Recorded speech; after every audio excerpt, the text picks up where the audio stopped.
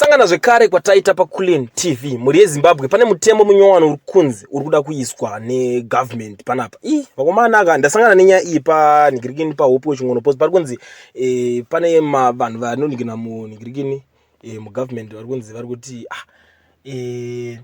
mutemo uri kuda kuiswa ndewekuti kunenge kusingachavhotwa election yatakajaira handiti panenge pakuvhotwa election yekuti ma-MP ndo anenge akuvhota chete muparliament achichuza president.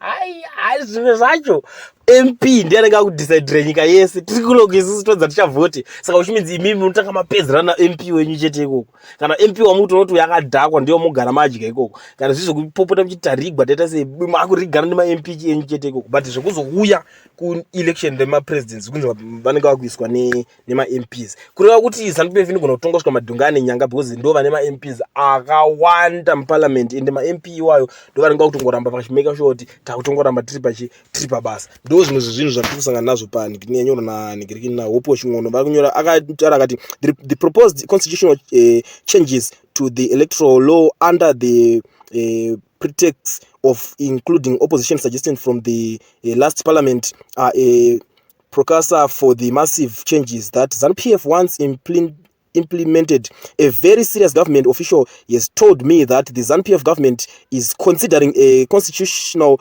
amendment to remove the direct election of a resident, opting instead for the South African system where parliament will elect the president. This means the party with most number of MPs get to take the presidency. This move is clearly driven by the realization that ZanuPf presidential candidates have struggled in the last 6 elections while their MPs have performed much better than them. Because my MP as ZanuPf ndo vaitoperforma better. Saka vakuru vavo vakatonototi ayo chirega zingoshandisa nemaskillful because chiri kungopinda apa ma MP ndo vari kungowina, but kuma president kuri kunzi pa election 6 asara paro adarika kumashura vaingobholonjwa asi vaizongoshandisawo maskillful. Ndo nyaya ndiri kusangana nayo yakanyorwa papage raHope Ching'ono ari kutaura kuti saka pakuda kuiswa mutemo munyowani wekuti iko zvino anenge